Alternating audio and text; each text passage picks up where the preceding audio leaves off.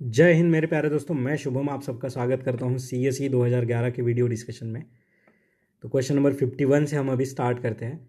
The sandy and saline area in natural habitat of an Indian animal species, the animal has no predator in that area but its existence is threaten due to destruction of its habitat.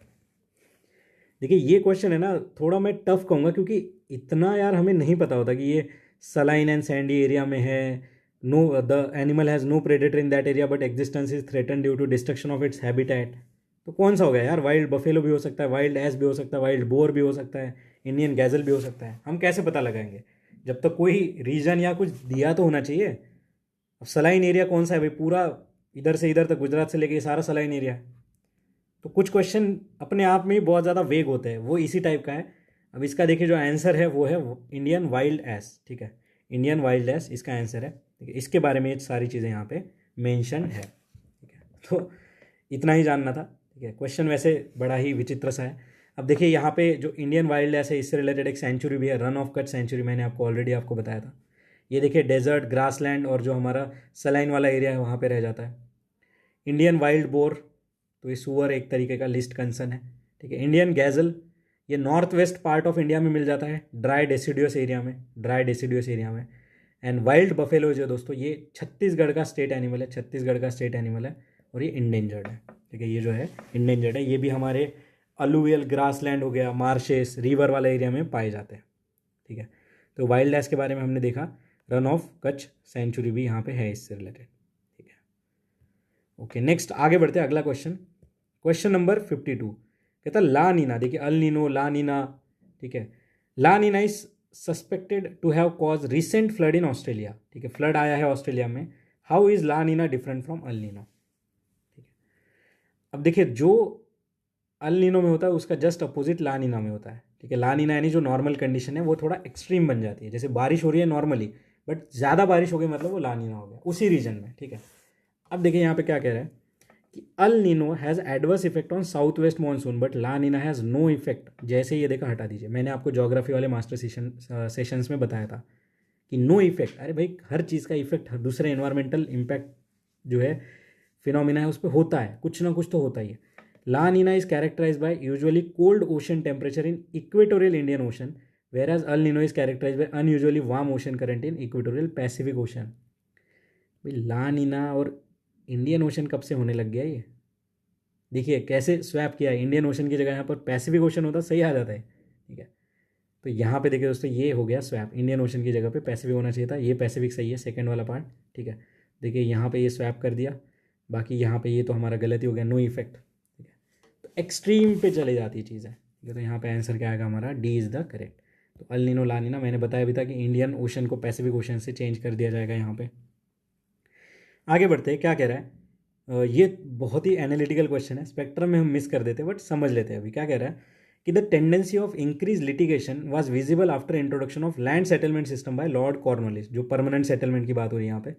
The reason was normally trace to which one of the following. तो क्यों भाई ज़्यादा land litigation आ गए थे permanent settlement के time पे? ठीक है, तो हमें लगेगा यार इसका आंसर क्या है, क्या है? देखिए इसका आंसर है दोस्तों इस ऑप्शन के हिसाब से नन, कि जुडिशियल सिस्टम एफिशिएंट हो गई नहीं, East India Company as overlord of zamindar नहीं, जमींदारी पोजीशन स्ट्रॉन्गर हो गई नहीं।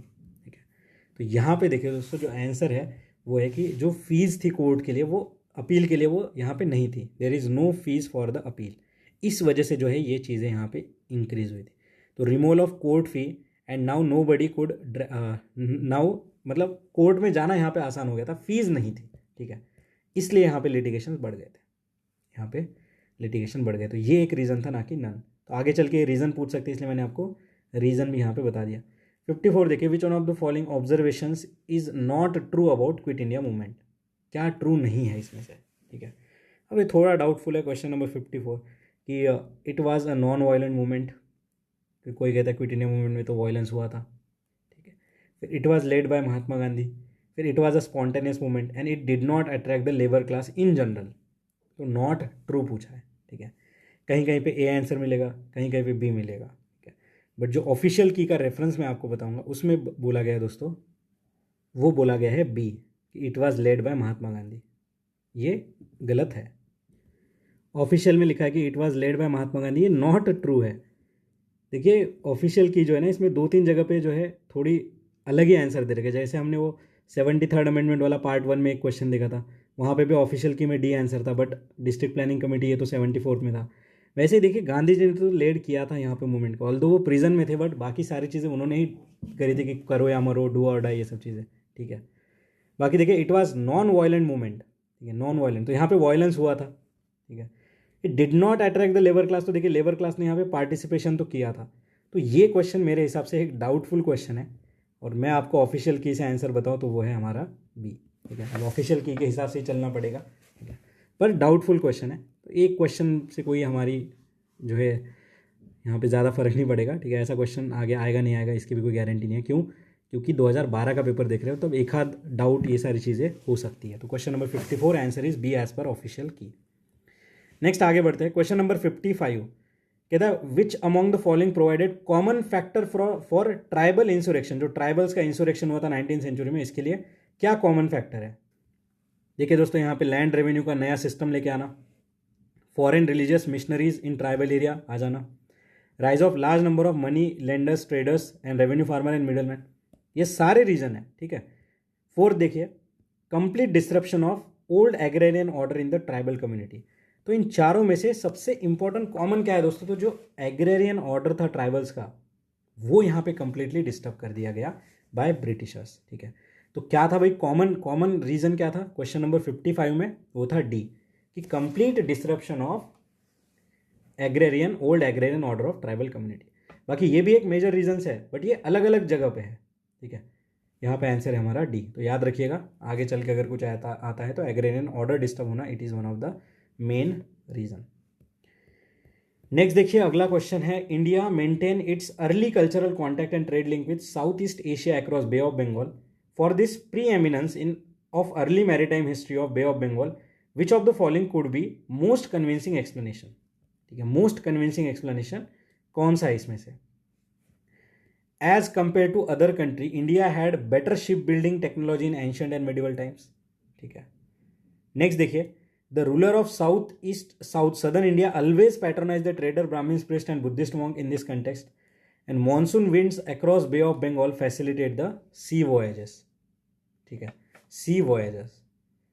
अब देखिए यहाँ पे भी बहुत सारी चीज़ें हैं, कोई कहता है कि बी आंसर है, कि both A and B are convincing explanation, कि हमारी शिप बिल्डिंग टेक्नोलॉजी यहाँ पे अच्छी थी, कि पैट्रोनाइजेशन ऑलवेज था, ठीक है।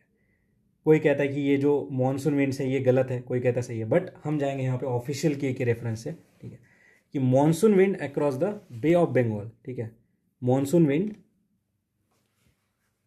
इसने फैसिलिटेट किया था सी वॉयजेस को। देखा जाए तो तीनों भी सही है मेरे हिसाब से, अगर जनरली देखा जाए, बट एज पर ऑफिशियल की सी इज़ द करेक्ट आंसर, ठीक है, क्योंकि ये भी रीज़न है, ये भी रीज़न है, ठीक है। नेक्स्ट आगे बढ़ते हैं, what is the difference between Bluetooth and wifi? वैसे ये क्वेश्चन करने की ज़रूरत नहीं है अभी, ठीक है, बट मैंने आपको बताया था कि ब्लूटूथ वाईफाई, ब्लूटूथ से वाईफाई एक आगे वाला स्टेप है, ठीक है। तो यहाँ पे डिफरेंस पूछा है इनका, तो ये उस टाइम का करंट अफेयर होगा साइंस एंड टेक्नोलॉजी, कि Bluetooth 2.4 gigahertz radio frequency use करता है और वाईफाई इतना यूज़ करता है। बाकी देखिए, Bluetooth is use for wireless local area network and Wi-Fi is use for wireless wide area network only, तो ये गलत है, ठीक है। फिर देखिए, information transmitted between two devices using Bluetooth technology, the devices have to be in line of sight for each other, but Wi-Fi technology need not to be in the line of sight. ऐसा नहीं कि Bluetooth में line of site में होना चाहिए, तो वो हो जाता है, ठीक है, अगर दूर रहा तो भी। एंड स्टेटमेंट ये गलत है, ठीक है, तो यहाँ पे one only is the correct, ठीक है। एब्सोल्यूट मतलब पुरानी टेक्नोलॉजी है, इसके बारे में अभी हमें ज़्यादा यहाँ पे सोचने की ज़रूरत नहीं है कि ब्लूटूथ और वाईफाई क्या है, ठीक है। वाईफाई तो भी अभी न्यू है, इस पर देखिए एक लाईफाई वाला क्वेश्चन में हमने देखा था, तो answer here is A, one only is the correct. Next देखिए, with reference to micro irrigation के बारे में है, which one of the following statement is correct? कहता fertiliser and nutrient loss can be reduce. देखिए माइक्रो इरिगेशन फर्टिगेशन हमने देखा था, क्या कह रहा है कि loss reduce can be reduce, it is the only mean of irrigation for dry land farming. गलत, क्यों भाई, माइक्रो इरिगेशन है, सरफेस इरिगेशन भी तो हो सकता है, फ्लड इरिगेशन भी तो हो सकता है। Some area of farming receding the ground water table can be check, सही बात है, सम एरिया में can be check the ground water जो डिप्लीशन है, ठीक है। तो यहाँ पे देखिए दोस्तों, जो हमारा क्वेश्चन नंबर 58 है, ठीक है, जो क्वेश्चन नंबर 58 है, इसका आंसर है 1 and 3 is correct. Only means of irrigation ये गलत है, 1 and 3 इज करेक्ट। नेक्स्ट देखिए आगे बढ़ते हैं, with reference to the period of colonial rule in India, home charges, ठीक है, home charges form an important part of drain of wealth from India, which one of the following fund constitute home charge. Home charge Dadabhai Naoroji इन्होंने बताया था कि क्या होता है, ठीक है। देखिए दोस्तों क्वेश्चन नंबर 59।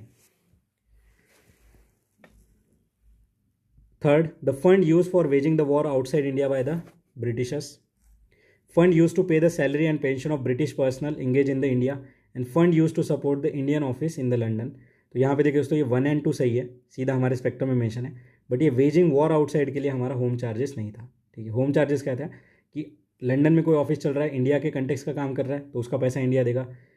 कोई ब्रिटिशर अगर इंडिया में आके काम करे तो उसकी सैलरी भी इंडिया से ही दी जाएगा, British personal engage in India. बाकी वॉर का यहाँ पे नहीं है, तो यहाँ पे आंसर क्या है हमारा, क्वेश्चन नंबर 59 का आंसर है 1 और 2 इज करेक्ट, 1 और 2 इज करेक्ट। नेक्स्ट देखिए आगे बढ़ते हैं हम लोग, अगला क्वेश्चन है हमारा question number 60। What was the reason that Mahatma Gandhi to organize satyagraha on behalf of peasants of Kheda. तो खेड़ा में क्यों यहाँ पे सत्याग्रह हुआ था, इसका रीजन पूछा है। Administration did not suspend the land revenue collection in spite of drought, सही बात है, खेड़ा में यही चीज़ हुई थी।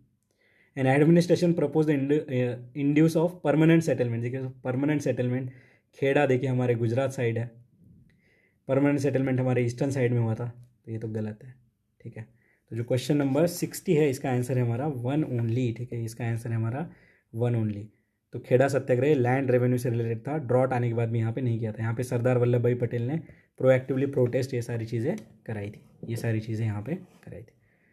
तो ये गुजरात में नहीं आया था हमारा परमानेंट सेटलमेंट, यहाँ पे आंसर हमारा 1 ओनली। नेक्स्ट क्या कह रहा है question number 61। Biodiversity forms the basis for human existence in the following way. क्या है, biodiversity forms the basis of human existence in the following way. Soil formation, prevention of soil erosion, recycling of waste, ठीक है, recycling of waste, pollination of crop. तो देखिए इन चारों में से कहाँ कहाँ पे यूज़ होता है, तो यहाँ पे आंसर है दोस्तों ऑल ऑफ द अबव। इन चारों में यूज़ होता है हमारा बायोडाइवर्सिटी का, ठीक है। भाई कितना बड़ा लेवल है बायोडाइवर्सिटी, कितना वाइड है, पॉलिनेशन, रिसाइकलिंग ऑफ वेस्ट, यहाँ पे स्पेसिफिक थोड़ी बताया कौन सी सॉइल है, कौन सा फॉर्मेशन है, तो यहाँ पे चारों में होता है। यहाँ पे हमें डाउट नहीं करना है इस पर्टिकुलर क्वेश्चन पे, ठीक है। नेक्स्ट देखिए आगे बढ़ते हैं, अगला क्वेश्चन है हमारा, देखिए इतना बड़ा क्वेश्चन है, ठीक है। कहता है एस्पार्टिम, ठीक है, एस्पार्टिम एक आर्टिफिशियल स्वीटनर है जो कि मार्केट में बेचा जाता है, ठीक है, जो कि मार्केट में बेचा जा रहा है। It consist of amino acid and provide calorie like other amino acid, it is use as a low calorie sweetening agent in food item. What is the basis for this, कि इसे low calorie sweet item करके क्यों use हो रहा है, sweetening agent क्यों use हो रहा है, ठीक है। देखिए दोस्तों ये एस्पार्टिम टेक्निकल क्वेश्चन है, यहाँ पे आंसर है हमारा डी, ठीक है, यहाँ पे आंसर है हमारा डी कि एस्पार्टिम देखिए सेवरल टाइम्स स्वीट है then table sugar, hence food item made with small quantity of aspartame is few calorie and on oxidation. देखिए सीधा यही तो बोल रहा है ये कि लो कैलोरी स्वीटनिंग एजेंट क्यों है, क्योंकि इसका छोटा सा भी अगर पार्ट हम यूज़ करते हैं तो स्वीटनिंग ज़्यादा होगी बट कैलोरी कम होगी, सीधा सिमिलरिटी यहाँ पे है। नेक्स्ट देखिए aspartame is a sweet as sugar but after injection it converted into metabolite into no calorie, गलत, no calorie. When aspartame is used in the food processing, the sweet taste remains but becomes resistant to oxidation नहीं।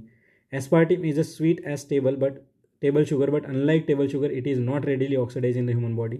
यहाँ पे answer क्या है, D is the correct answer in this question, ठीक है, aspartame वाले में D is the correct answer। तो देखिए दोस्तों ये एक आर्टिफिशियल स्वीटनर है, ठीक है, इसमें ज़्यादा कैलोरी नहीं होती बट जो हमारा मिठास जो है वो आ जाती है, ठीक है। ये हमारा एस्पार्टिम सेवरल टाइम, यहाँ पे कोई ऐसा नहीं लिखा कि 50 बार टाइम्स या फिर 50 टाइम्स या डबल, ऐसा नहीं है, ठीक है।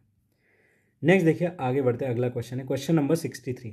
बहुत ही बढ़िया सवाल है, ठीक है, और बहुत सारी चीज़ें हमें देखने को मिलेंगी। क्या कह रहा है, the purpose with which William Wedderburn नाम के भाई साहब एंड WS केन नाम के भाई साहब इन्होंने इंडियन पार्लियामेंट्री कमेटी बनाई थी 1893 में, क्यों बनाई थी, इसका पर्पज़ क्या था, ठीक है। अब इसका पर्पज़ देखने से पहले जो विलियम वेडरबर्न ये भाई साहब है दोस्तों, ये प्रेसिडेंट रह चुके हैं इंडियन नेशनल कांग्रेस के 2 बार, याद रखिएगा, ठीक है। बॉम्बे सेशन कब का, 1889 वाला, और इलाहाबाद सेशन कब का, 1910 वाला। ये 2 बार विलियम वेडरबर्न यहाँ पे प्रेसिडेंट रह चुके हैं, मतलब इंडिया के जो कॉजेस है फ्रीडम वाले इनके लिए समर्पित रहेंगे वो, ठीक है। और यहाँ पे अगर जो फर्स्ट ब्रिटिशर देखेंगे ना, कौन बना था इंडियन नेशनल कांग्रेस का प्रेसिडेंट, तो होता जॉर्ज यूल। कब? 1888 में, याद रखिएगा 1888। अब ये जो इन्होंने इंडियन पार्लियामेंट्री कमेटी बनाई थी, ये था दोस्तों किस लिए? To agitate the Indian political reform in House of Common. तो हाउस ऑफ कॉमन में इंडियन पॉलिटिकल रिफॉर्म की बात करने के लिए, ठीक है। Entry of Indian in judiciary नहीं, डिस्कशन ऑफ इंडिपेंडेंस, भाई तब 1893 में इंडिपेंडेंस की बात कर देंगे, and entry of eminent British Indians into British parliament नहीं। तो यहाँ पे क्या है? पॉलिटिकल रिफॉर्म्स की बात करने के लिए ये भाई साहब यहाँ पे गए थे और इन्होंने इंडियन पार्लियामेंट्री कमेटी बनाई थी। नेक्स्ट देखिए दोस्तों, अगला क्वेश्चन हम देखते हैं यहाँ पे, क्वेश्चन नंबर 64, कि what is the difference between CFL and LED lamps. ठीक है, CFL, LED lamp, organic LED, sodium lamp, question आ रखे हैं सब पे। ठीक है, 2022 में सोडियम लैम्प के ऊपर क्वेश्चन था। अब देखिए यहाँ पे सेम ही एंगल पे क्वेश्चन है। देखिए क्या कह रहा है, the average life of CFL is longer than LED। तो LED क्यों लगा रहे हैं हम, CFL क्यों नहीं लगा रहे?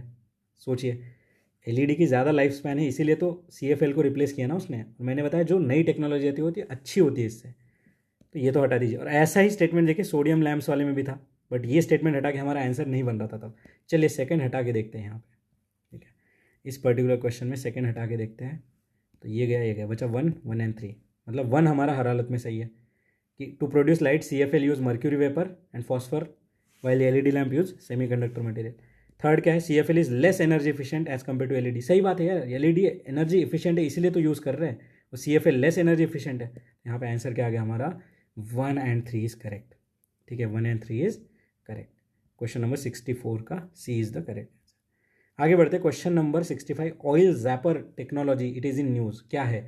अभी भी न्यूज़ में आती रहती है, ऐसा नहीं कि 12 साल पहले आई थी। तो देखिए दोस्तों यहाँ पे ऑयल जैपर में सूडोमोनास नाम के बैक्टीरिया यूज़ किए जाते हैं।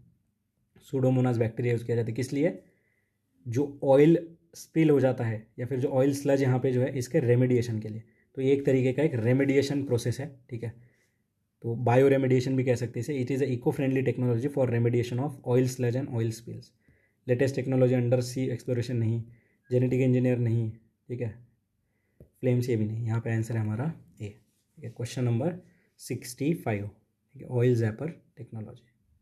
ठीक है, अब यहाँ पे देखिए ये जो सेकंड है, latest technology develop for under sea oil exploration. यहाँ पे देखिए डीप ओशन मिशन हमने अभी एक लॉन्च किया था इंडियन गवर्नमेंट ने। ठीक है, फिर genetically modified high yielding variety of मेज, नहीं ऐसा कोई मुझे मिला नहीं है। तो यहाँ पे आंसर है हमारा ए। ठीक है, बैक्टीरिया का नाम याद रख लीजिएगा। ठीक है, और ये डिपार्टमेंट ऑफ बायोटेक्नोलॉजी और द एनर्जी रिसोर्स इंस्टीट्यूट इन्होंने मिलकर बनाई थी, TERI, under ministry of science tech. अगला देखिए क्वेश्चन नंबर 66, ज़्यादा ही ये जो बायोलॉजी का एक कोर क्वेश्चन है। ठीक है, a married couple adopted male child, few years later twin boys were born to them. ठीक है, एक एडॉप्ट किया है मेल चाइल्ड और 2 ट्विन यहाँ पे बॉर्न हुए। The blood group of the couple is AB positive and O negative. The blood group of the 3 sons is A, B positive and O positive. The blood group of adopted son क्या होगा? ठीक है, adopted सन का यहाँ पे blood group क्या होगा? तो देखिए दोस्तों यहाँ पे आंसर है हमारा O positive will be the blood group of adopted son. ठीक है, O पॉजिटिव, क्योंकि देखिए AB positive and O negative उनके पेरेंट्स का है। ठीक है, तो यहाँ पे जो 2 सन उनको हुए ट्विन्स, उनका A एंड B पॉजिटिव होगा, बट जो एडॉप्टेड है वो होगा O पॉजिटिव। ठीक है, वो होगा O पॉजिटिव। अब देखिए इसका बहुत सारा एक चार्ट बनता है दोस्तों, कि पेरेंट अगर A है, पेरेंट 2 अगर B पॉजिटिव है तो क्या पॉसिबिलिटीज़ रहेगी। तो ये चार्ट हमें अभी लर्न करने की ज़रूरत नहीं है। ज़िंदगी में वैसे बहुत सारे चार्ट जो है CSAT की वजह से और ये सारी चीज़ें करनी पड़ती है, और ये ऐसा क्वेश्चन अभी तो नहीं आएगा। ठीक है, क्योंकि उस टाइम पे जनरल साइंस पे ज़्यादा जो है फोकस होता था। 2013 के बाद सिलेबस चेंज हुआ, तब हमें ऐसे क्वेश्चन देखने कम हो गए थे। यहाँ पे आंसर है हमारा ए। फिर देखिए महात्मा गांधी के बारे में क्वेश्चन है, said that some of the deepest conviction were reflected in the book unto this last. ठीक है, तो महात्मा गांधी के जो कुछ चीज़ें हैं ये अनटू दिस लास्ट इस बुक से हमें पता चलती है। ये बुक किसने लिखी है याद रखिए, जॉन रस्किन। ठीक है, and the book transform his life, what were the message that book has given. ठीक है, तो क्वेश्चन नंबर 67, तो बुक ने क्या मैसेज दिया है अब देखते हैं। The upliftment of oppress and poor is the moral responsibility of educated man. Moral responsibility, the good of individual is contain in good for all. The life of celibacy is essential for noble life. Essential हटाइए, जब ये हट गया तो all 3 भी हट गया, बचा A एंड B। अब देखिए good of individual is contain in good for all, good of all, अगर सबका सही होगा तो इंडिविजुअल का भी सही हो जाएगा। तो ये सर्वोदया से हम इसे कनेक्ट कर सकते हैं, और यही यहाँ पे जो है दोस्तों मेन इसकी टीचिंग थी। यही देखिए दोस्तों यहाँ पे मेन टीचिंग थी गांधी जी की इस पर्टिकुलर किताब की। यहाँ पे आंसर क्या है हमारा बी। बाकी मॉरल रिस्पॉन्सिबिलिटी ऐसा यहाँ पे मेंशन नहीं है, ठीक है। तो जॉन रस्किन की किताब देखिए 50-50 तक हम पहुँच चुके थे। यहाँ पे आंसर है हमारा बी। नेक्स्ट देखिए, with reference to Indian freedom struggle Usha Mehta, इन्होंने क्या चलाया था दोस्तों, secret radio. One liner question है, ठीक है, वन लाइनर क्वेश्चन है, ज़्यादा इसमें लोड लेने की जरूरत नहीं है। Second round table conference 1931, leading the contingent of Indian national army, तो यहाँ पे लक्ष्मी सहगल थी, ठीक है। और पंडित जवाहरलाल नेहरू नहीं, फॉर्मेशन ऑफ इंटरिम गवर्नमेंट, यहाँ पे आंसर है हमारा ए, उषा मेहता, ठीक है, सीक्रेट रेडियो सिस्टम। अगला क्वेश्चन देखते हैं। अब देखिए दोस्तों, ये पूरा डीवीडी, ठीक है, ब्लू रे डिस्क अभी इतने रिलेवेंट नहीं है क्वेश्चन, ठीक है, इसलिए हम इसे अभी नहीं करेंगे। अब देखिए यहाँ पे सिंपली देखिए कि Blu-ray disc is becoming popular as compare to DVD, मतलब ब्लू रे डिस्क के फीचर्स यहाँ पे एडवांस होंगे। थर्ड स्टेटमेंट पढ़िए क्या कह रहा है कि Blu-ray disc is 2.4 mm while DVD is 1.2। अब मुझे बताइए कि थिकनेस अगर ज़्यादा है तो किसकी होगी, डीवीडी की होगी ऑब्वियसली, ठीक है, क्योंकि हम जैसे जैसे अपग्रेड करेंगे तो हम कन्वीनियंस की तो बात करेंगे कि कम जगह में ज़्यादा चीज़ें आ जाए। तो ये देखिए हटा दीजिए यहाँ पे क्वेश्चन नंबर 69 का देखिए अपोजिट चीज़ यहाँ पे लिख रखी है, ये स्वैप होना चाहिए। यहाँ पे डीवीडी का 2.4 है और बीडी का हमारा जो है ब्लू रे डिस्क का 1.2 है। थर्ड हटा के देखते हैं, चलिए, तो दो हमने हटा दिए, बचा 1, 1 and 2।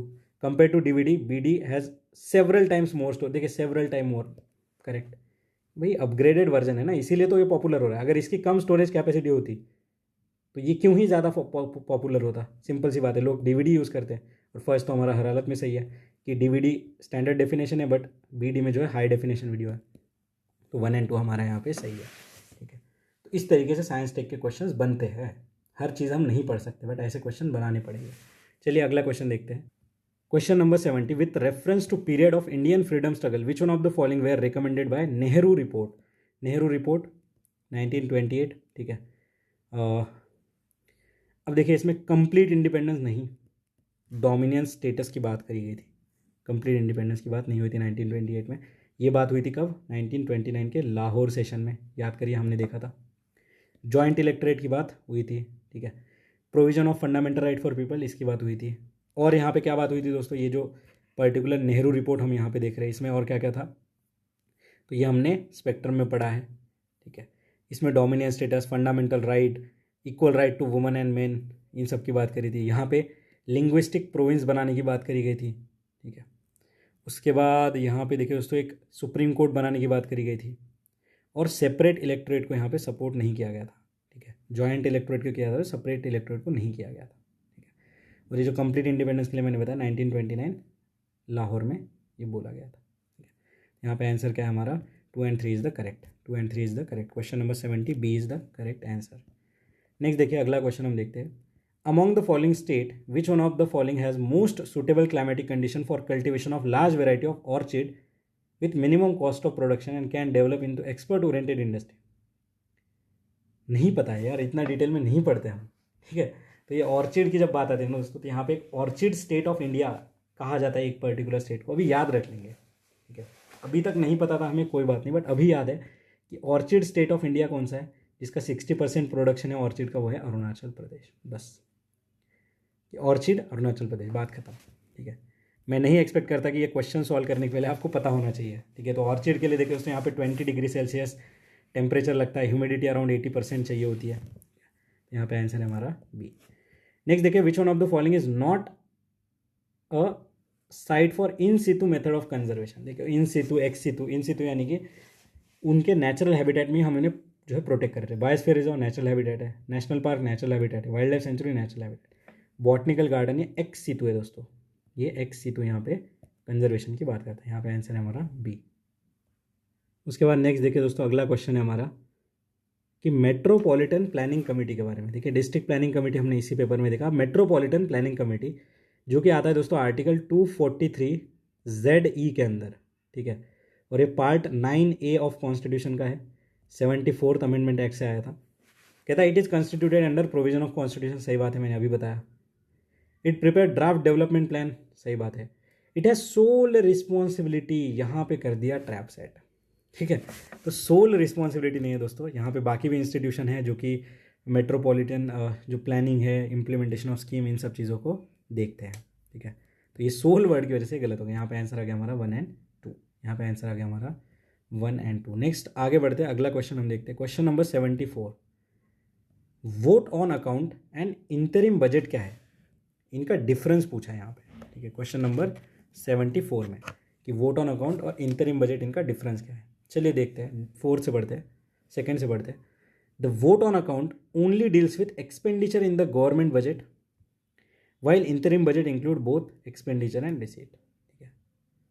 फिर देखिए, the provision of vote on account is use by regular government and interim budget is use by care taker. Regular and care taker ऐसा कुछ है नहीं यहाँ पे। देखिए, इंटरिम बजट तब होता है जब इलेक्शन पास आ जाते हैं, ठीक है। जैसे इलेक्शन है अभी 24 में, तो ये आएगा जो इंटरिम बजट रहेगा यहाँ पे, ठीक है।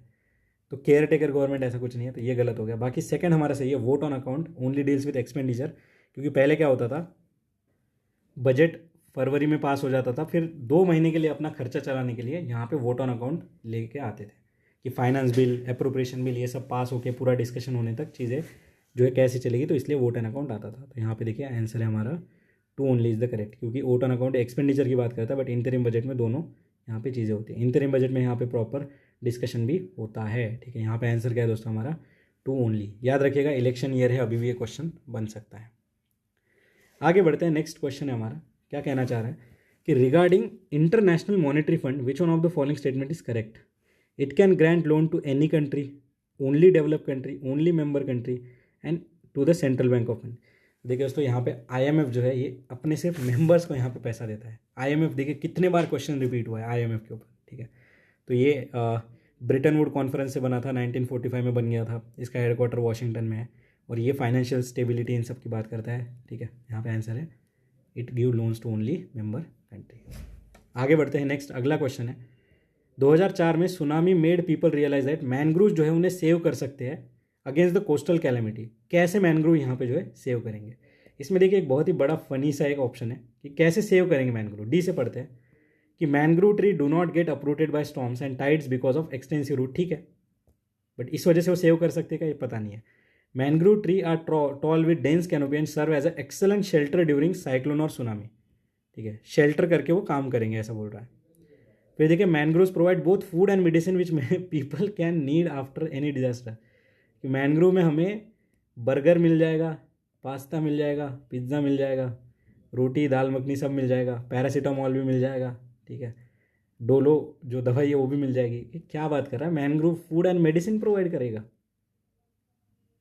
मतलब ऑप्शन सबसे जो एकदम घटिया ऑप्शन मुझे लगा ये वाला कि भाई मेडिसिन प्रोवाइड कर देगा।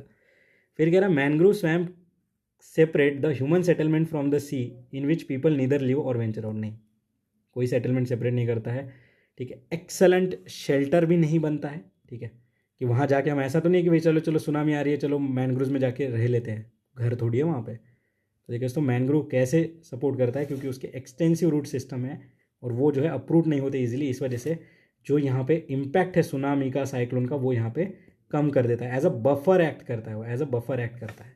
तो याद रखिएगा, आंसर हमारा यहाँ पे है डी, ठीक है। क्वेश्चन नंबर 76 का आंसर है हमारा डी। नेक्स्ट आगे बढ़ते हैं, अगला क्वेश्चन है, द जैन फिलोसॉफी क्या कह रहा है, Jain philosophy holds the world is created and maintain by, रट लीजिए, ये 2 वर्ड है, रट लीजिए, यूनिवर्सल लॉ, ठीक है। Jain philosophy is supported by universal law, ठीक है, तो ये याद रखिएगा। बाकी सोल इनसे रिलेटेड हमने 2013 और 2023 में क्वेश्चन देखा ही है, Jain philosophy universal law. Next देखिए, द सलानाइजेशन, ठीक है, question number 78, the salinisation occurs when irrigation water accumulated in the soil living behind the salt and mineral, what are the effect of salinisation on irrigated land. तो salinity बढ़ने से क्या impact होगा, तो देखिए दोस्तों, यहाँ पे वाटर टेबल इंक्रीज होगा, ये तो अच्छी बात है, ये तो नहीं होगा। Greatly increase the crop production, नहीं। Fills the air spaces in the soil with the water, नहीं। सॉइल इम्परमेबल बन जाती है दोस्तों, क्योंकि जो पोर्स है वो सारे यहाँ पे भर जाते हैं। यहाँ पे आंसर क्या है, बी, कि सलाइन सॉइल अगर हो जाती है तो उसके जो पोर्स है यहाँ पे इम्परमेबल हो जाते हैं, एग्रीकल्चर प्रोडक्टिविटी कम हो जाएगी, वाटर टेबल कम हो जाएगा, एयर स्पेसेस यहाँ पे वाटर क्वालिटी ख़राब हो जाएगी, ये सब चीज़ें। आंसर है हमारा यहाँ पे बी। नेक्स्ट देखिए आगे बढ़ते हैं। अगला क्वेश्चन है रेड डेटा बुक जो कि IUCN देता है। अब देखिए IUCN का स्पीशीज सर्वाइवल कमीशन हमें इन्वेजिव स्पीशीज स्पेशलिस्ट ग्रुप 2023 के प्री में आया था। अब रेड डेटा बुक जो कि IUCN देता है, इसमें क्या होता है ऐसा पूछा है, ठीक है। Question number 79। अब देखिए यहाँ पे protected sites for conservation of nature and natural ecosystem, threaten plant and animal species, endemic plant and animal species present in the biodiversity hotspot.